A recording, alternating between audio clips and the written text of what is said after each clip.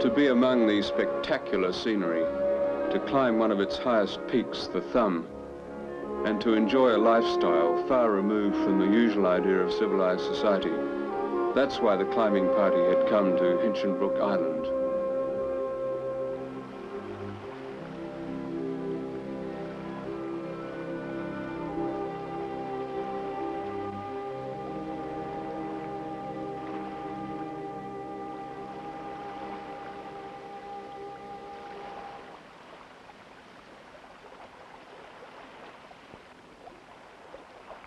The island lies just off the North Queensland coast, near the town of Ingham. It rises abruptly out of the Coral Sea to heights of more than 1,000 metres. It's a national park whose unspoiled beauty is seen only by the occasional fisherman or climber.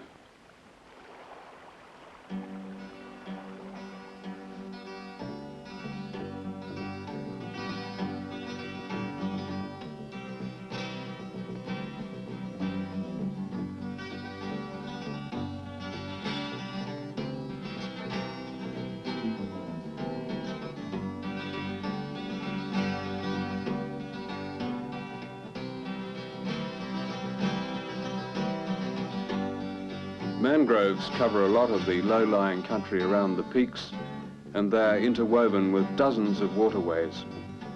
These estuaries are alive with crocodiles, but man seldom sees them.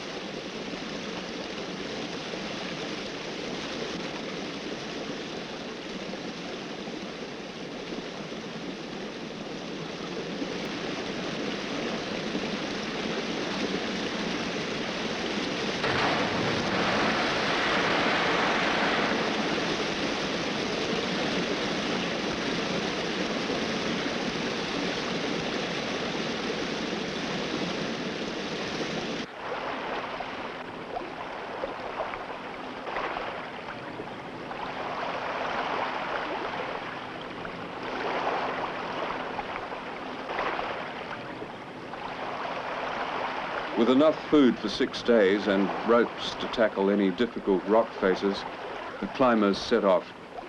It would take 3 days to reach the summit. You shouldn't just go to walk as far as you can and just be dead at the end of the day. You should go so that you can enjoy yourself and look at things on the way. I think it's more real than our society because you've got to walk places, you haven't got automobiles to take you. Got to walk places, make sure you got your water and your food for the next day. You're not complicated by a lot of inventions.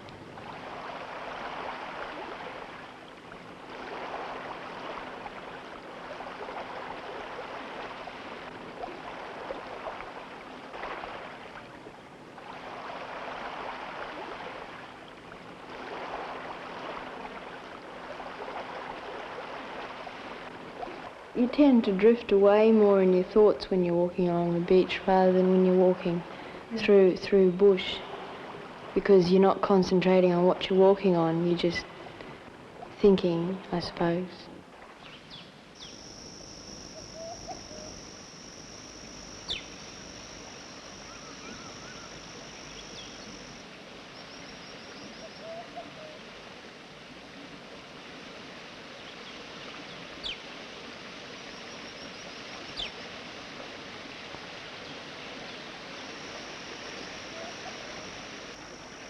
Rock hopping takes a lot of concentration. You have to watch all those slippery rocks and the ones that might be a bit unsteady and keep up the pace because there's someone behind you.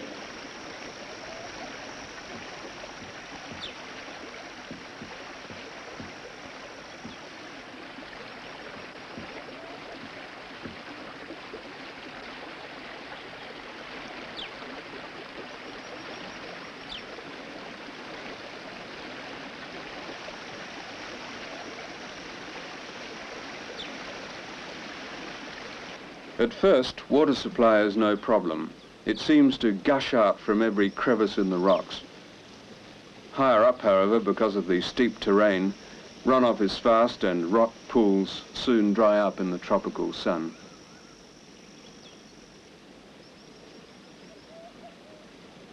There's no alternative but to carry enough water for several days.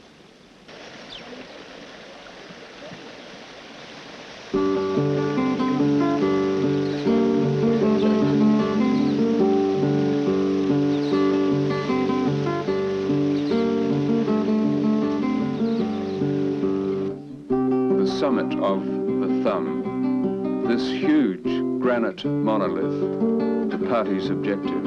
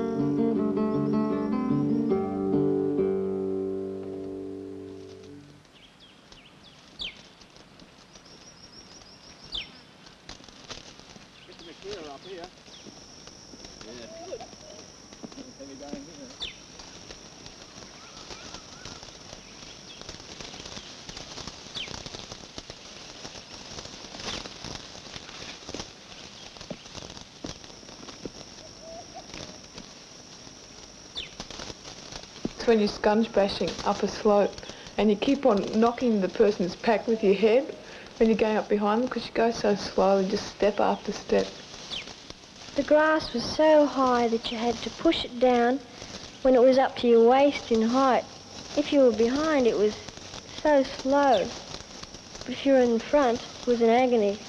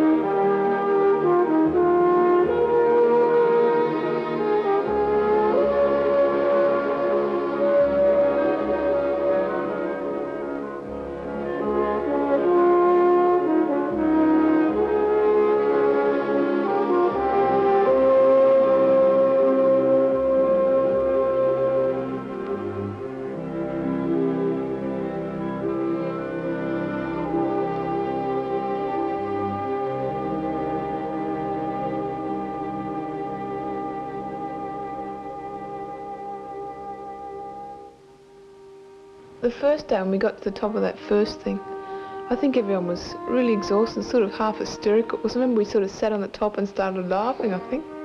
It was sort of very strange. You knew you were on top of something because nothing went up above you. You just didn't know where you were because it was entirely covered round with cloud. You just knew you were somewhere, but you didn't really know where you were.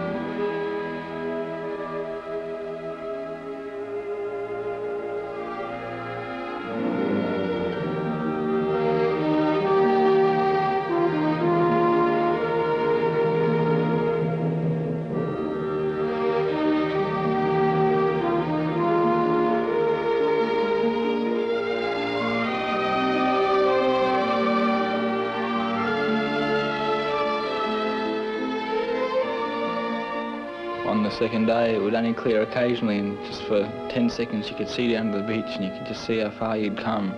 Then it would close in again and you'd be within your own little world again, just on top of the ridge.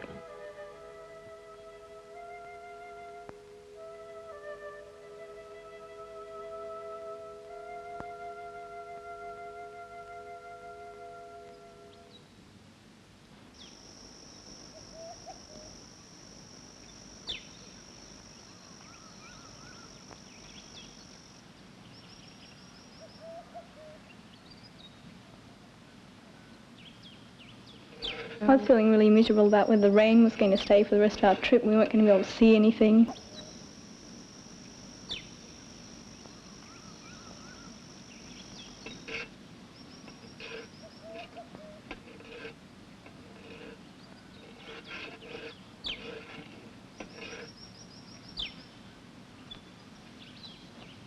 If it's a good campsite, you feel sorry to leave it. You sort of feel like you're leaving home. Next morning you get up and leave and say, there was a campsite. You walk on and look back and it never was there. You've sort of not really affected the environment at all. Sitting on a rock amongst all the briars in the fog and gnawing on some bacon. What a way to start a day.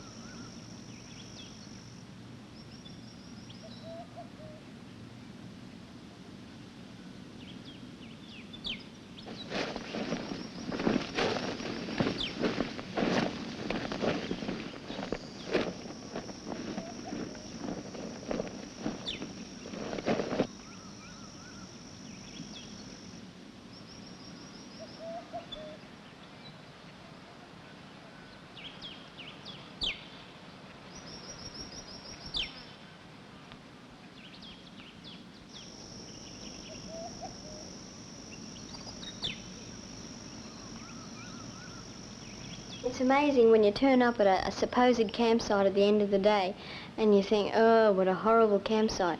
But then after a while of bashing down and putting down the ground sheet and the sleeping bags, you've got a decent campsite. And it's really comfortable.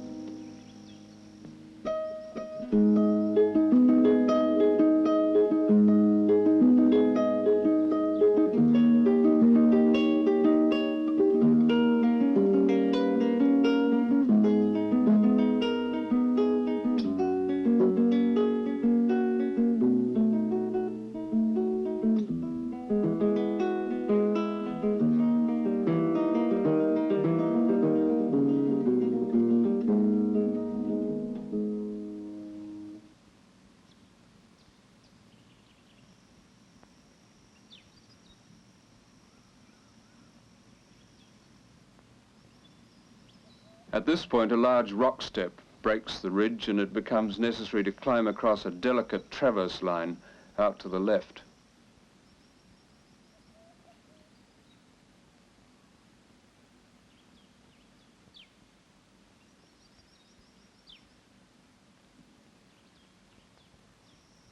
When you're climbing, you seem to forget everything except the rock in front of you.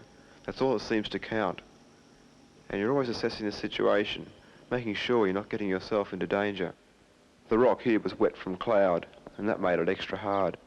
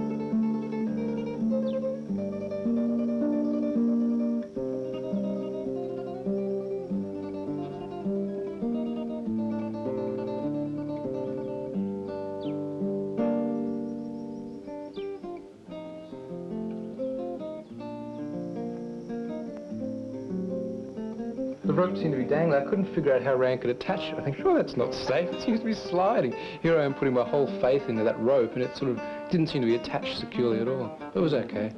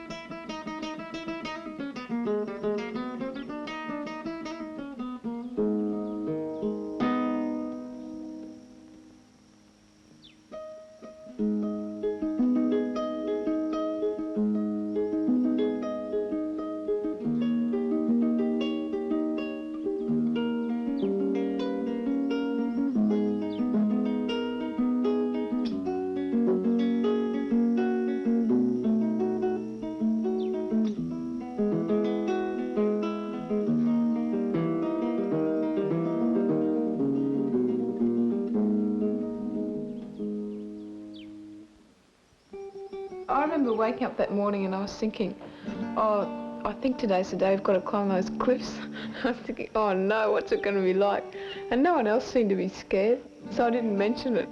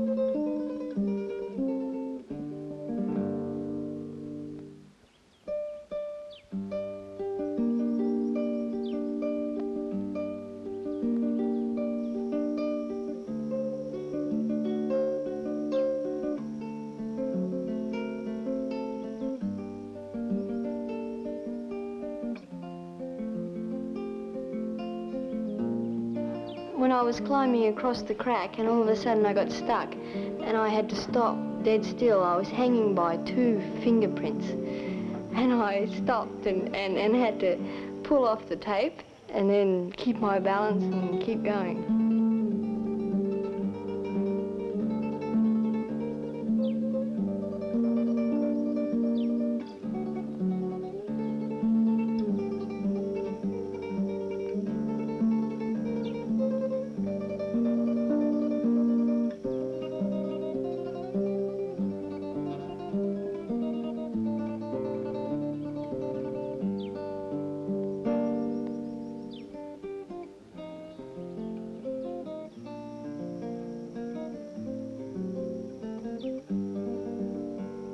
It was now late in the afternoon. This final obstacle, the perilous rock cliff, had been climbed and the summit conquered.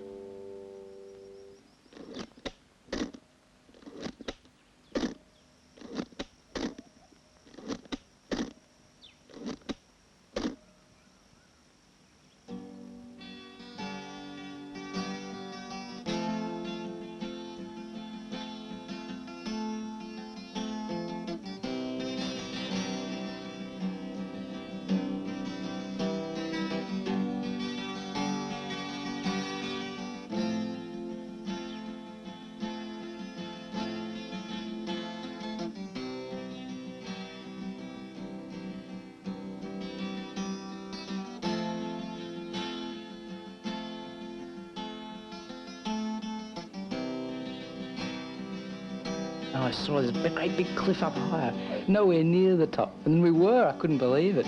I got through and shouted back down, we're there, we're at the top.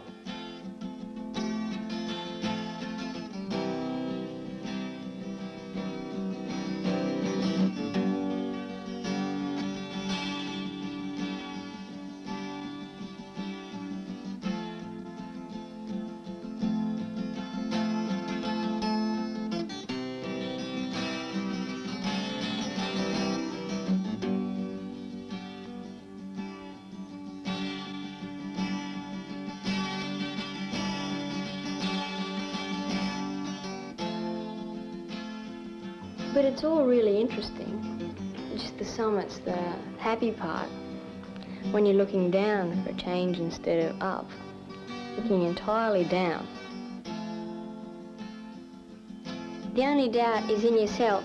If you decide that you're pushing yourself too far and it isn't worth it, that's the thing that you're afraid of, that you'll give up. If you don't give up, you'll get there.